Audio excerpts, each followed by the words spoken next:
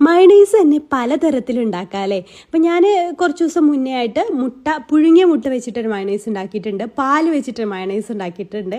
ഇതൊന്നുമല്ല, ഓയിൽ വളരെ കുറച്ചിട്ട് മുട്ടയൊന്നും ഇല്ലാതെ ഒരു അടിപൊളി മയണൈസാണ് ഇന്ന് റെഡിയാക്കി എടുക്കാൻ പോകുന്നത്. കുറച്ച് ഉണ്ടാക്കിയാൽ തന്നെ ഒരുപാട് ക്വാണ്ടിറ്റി ഉണ്ടാവുകയും ചെയ്യും. അപ്പം അതിന് വേണ്ടിയിട്ട് നമുക്ക് വേണ്ടത് ഉരുളക്കിഴങ്ങാണ്. അപ്പോൾ ഒരു ഉരുളക്കിഴങ്ങ് നന്നായിട്ട് തന്നെ പുഴുങ്ങിയെടുത്തിട്ടുണ്ട് കേട്ടോ. വേവിച്ചെടുത്ത ഉരുളക്കിഴങ്ങ് ഇതുപോലെ മിക്സിയുടെ ജാറിലേക്ക് ഇട്ട് കൊടുക്കുക. 2 അല്ലി വെളുത്തുള്ളി ചേർത്ത് കൊടുക്കാം. പിന്നെ നമുക്കിതിലേക്ക് ഒരു 2 ടേബിൾ സ്പൂണ് സൺഫ്ലവർ ഓയിൽ, ഇത്രയും ഓയിൽ മതി കേട്ടോ ഇതിലേക്ക്. പിന്നെ ഒരു നുള്ളു ഉപ്പ് ചേർത്ത് കൊടുക്കാം.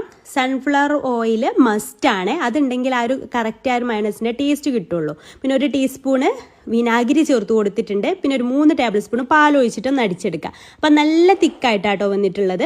അപ്പോൾ അതിലേക്ക് ഞാൻ വീണ്ടും 2 ടേബിൾ സ്പൂൺ കൂടെ പാൽ ഒഴിച്ചിട്ട് വീണ്ടും അടിച്ചെടുത്തിട്ടുണ്ട്. അപ്പോൾ ഇതുപോലെ നല്ല സ്മൂത്ത് ആയിട്ടുള്ള മയണൈസായിട്ട് നമുക്ക് കിട്ടിയിട്ടുണ്ട് കേട്ടോ. അപ്പം നിങ്ങളുടെ ഇഷ്ടത്തിനനുസരിച്ച് പാൽ ഒഴിച്ചിട്ട് നീട്ടി കൊടുത്താൽ മതി, ലൂസാക്കി കൊടുത്താൽ മതി കേട്ടോ. അപ്പം നമുക്കിത് കുറച്ച് കഴിഞ്ഞ് ചിലപ്പോൾ ഒന്നും കൂടെ തിക്കാവും. അപ്പം അതിനനുസരിച്ച് വേണം പാൽ ചേർത്ത് കൊടുക്കാൻ വേണ്ടിയിട്ട്. ഈ രീതിയിൽ തയ്യാറാക്കിയെടുത്താൽ ഓയിൽ കുറച്ചും മതി, അതുപോലെ തന്നെ കുറഞ്ഞ ക്വാണ്ടിറ്റിയിൽ ഒരുപാട് മയണൈസ് നമുക്ക് ഉണ്ടാക്കിയെടുക്കുകയും ചെയ്യാം. അപ്പോൾ ഈ ഒരു രീതിയിൽ തയ്യാറാക്കി നോക്കുന്നവരുണ്ടെങ്കിൽ കമൻറ്റ് ചെയ്യണേ. അതുപോലെ ഇത് ഇഷ്ടമായിട്ടുണ്ടെങ്കിൽ ലൈക്ക് ചെയ്യാനും മറ്റുള്ളവർക്ക് ഷെയർ ചെയ്ത് കൊടുക്കാനും മറക്കരുത് കേട്ടോ. ഇതുപോലത്തെ ഈസി റെസിപ്പീസിനായി പേജ് ഫോളോ ചെയ്യാൻ മറക്കല്ലേ.